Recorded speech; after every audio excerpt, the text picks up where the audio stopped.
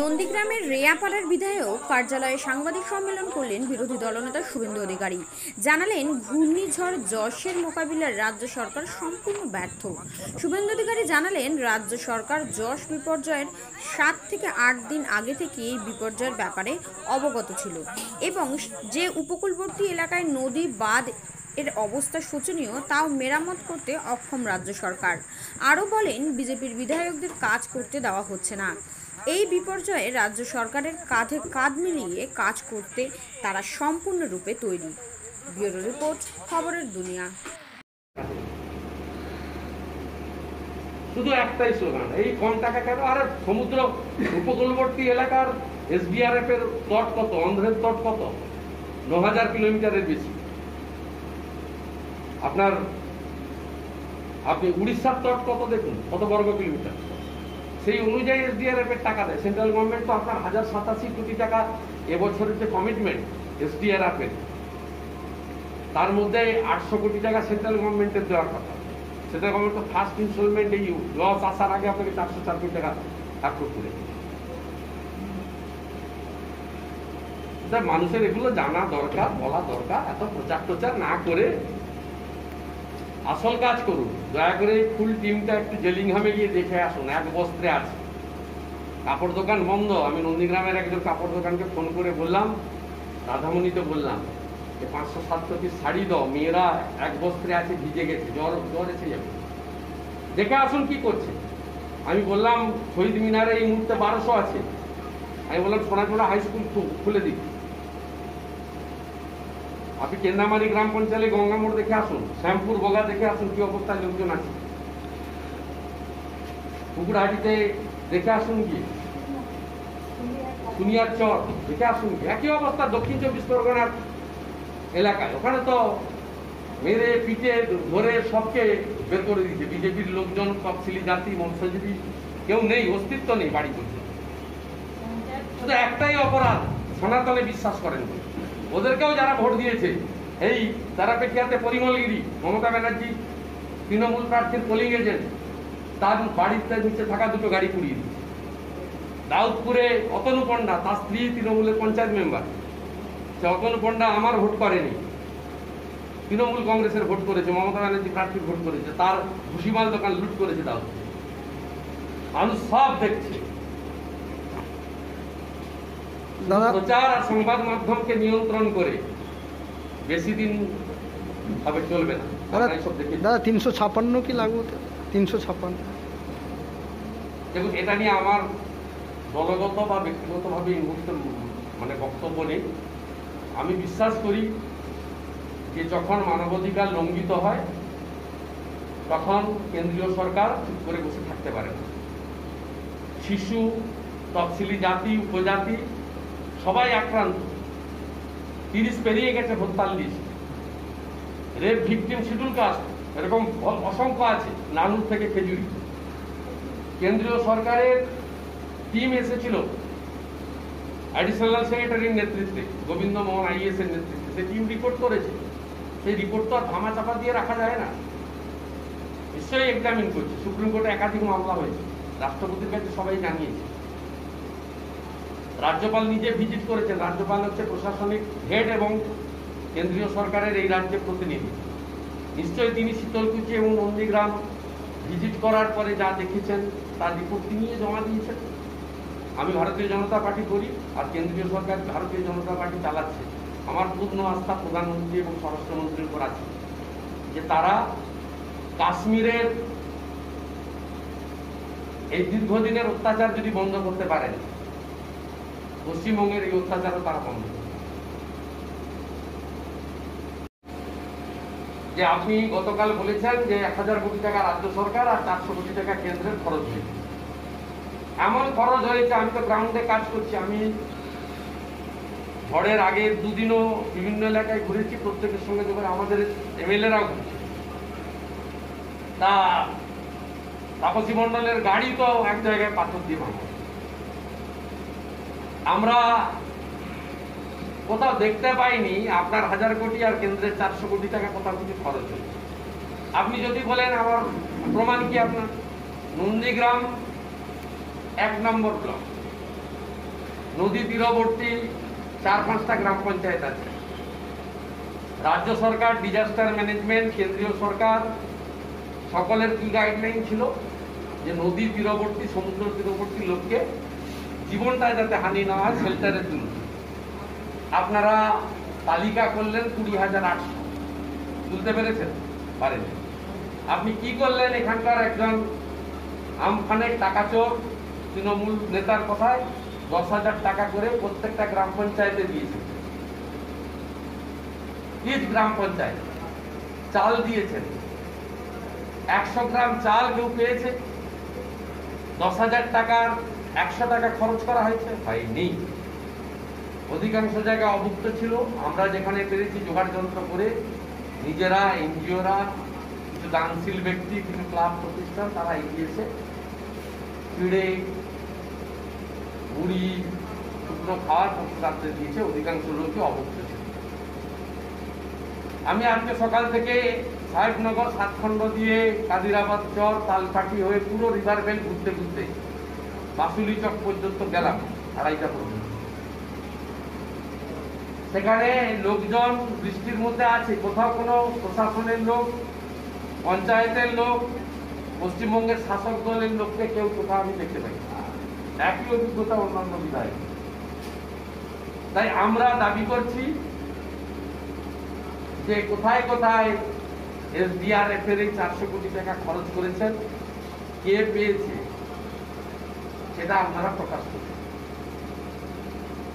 এবং আমি আশা করব যে এই ধরনের মানুষের বিপর্যয়ের সময় দলমত, বর্ণ, ধর্মের ঊর্ধ্বে উঠে সবাই কাজ করবেন এবং আমাদের ঘোষিত অবস্থান এই ধরনের বিপর্যয়ের সময় সরকার প্রশাসনের যে কোনো ধরনের উদ্যোগ তাকে সহযোগিতা করার দায়িত্ব আমার। দুর্ভাগ্যজনক হলে এটা সত্যি যে পলিটিক্যাল লোকরা সম্প্রতি লড়েছেন, কেউ হেরেছেন, কেউ জিতেছেন। তাদের হয়তো লজ্জা থাকতে পারে আমাদের সঙ্গে কথা বলার বা আমাদের ফোন ধরার। রাজ্যের মুখ্যমন্ত্রীও আমার কাছে পরাজিত হয়েছে। অর্থাৎ তাদের দলের নেতাদের, মন্ত্রীদের লজ্জা থাকতে পারে বিরোধী দলনেতার সঙ্গে কথা বলা। কিন্তু যারা আমলা, যারা ব্যুরোক্র্যাট, যারা প্রশাসনে আছেন, সে পঞ্চায়েতের সচিব হতে পারেন, বিডিও হতে পারেন, SDO DM হতে পারেন, ডিজাস্টার ম্যানেজমেন্টের কর্মকর্তারা হতে পারেন, রাজ্য স্তরে মুখ্য সচিব, স্বরাষ্ট্র সচিব হতে পারেন। তাদের উচিত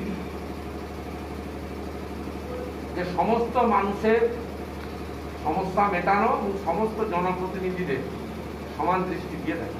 আমরা প্রস্তুত আছি সমস্ত রকম সহযোগিতা করার জন্য।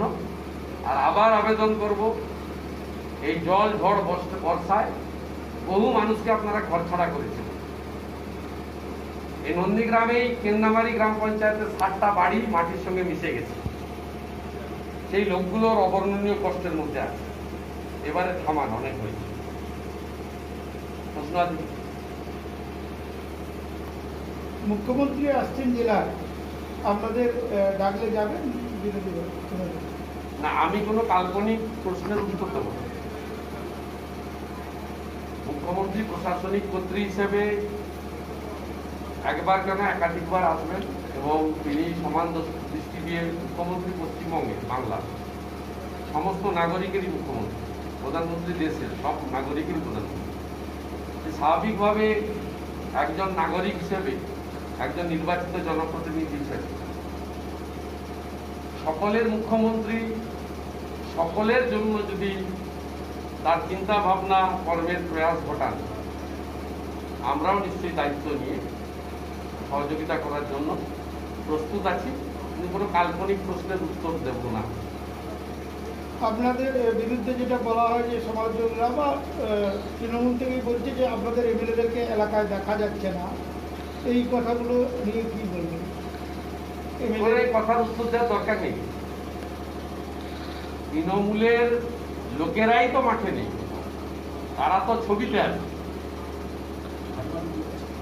ছবিতে আছে আর কোথায় কাকে ঘরছাড়া করবে, জরিমানা আদায় করবে, তারা অপেক্ষা করে আছেন।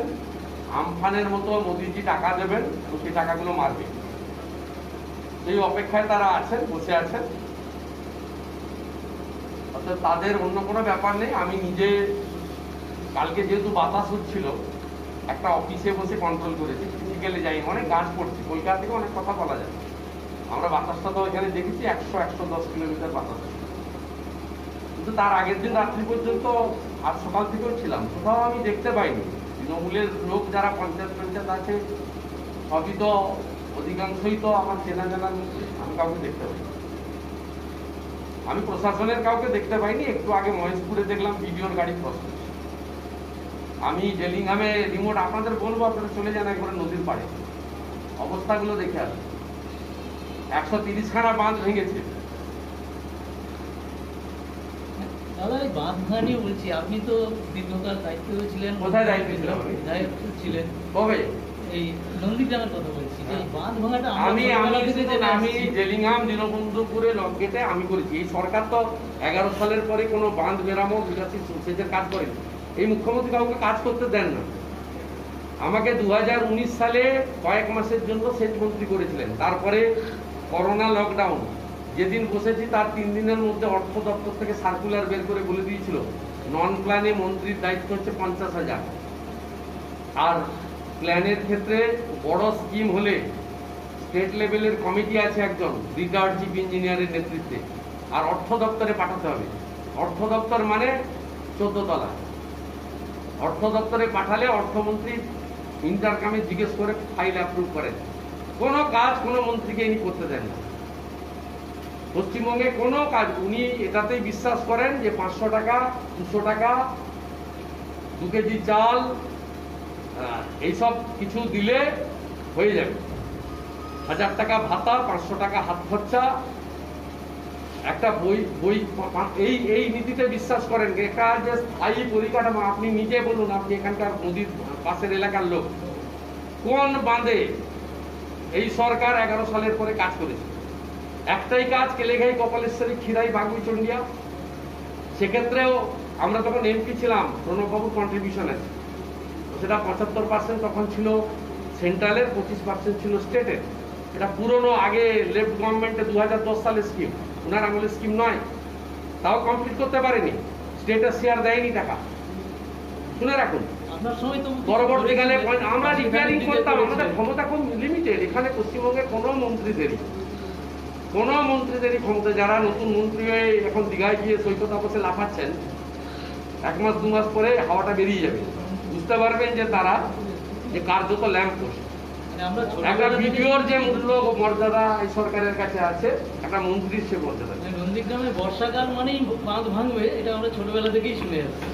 শুনুন, আমি কম্পেয়ার করছি না, এই জস আসবে এটা 8 দিন 10 দিন আগে থেকে আবহাওয়া দপ্তর অ্যালার্ট করছে সবাই মিলে।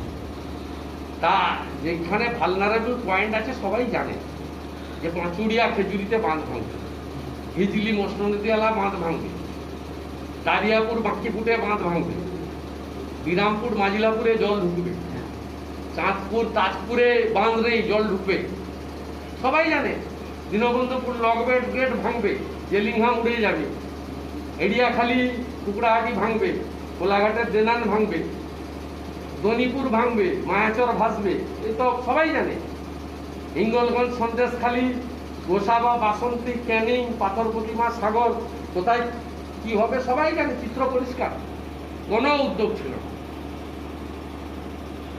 আমি কারোর নাম বলবো না, হর্তাকর্তা বিধাতা একজন বর্তমান সরকারের, তিনি কায়রাটুঙ্গি সেচ বাংলোতে মিটিং করেছিলেন ঠিকাদারদের নিয়ে, বলেছেন যে কাজ করতে পারো 2 বছরের আগে টাকা দিতে পারবো না।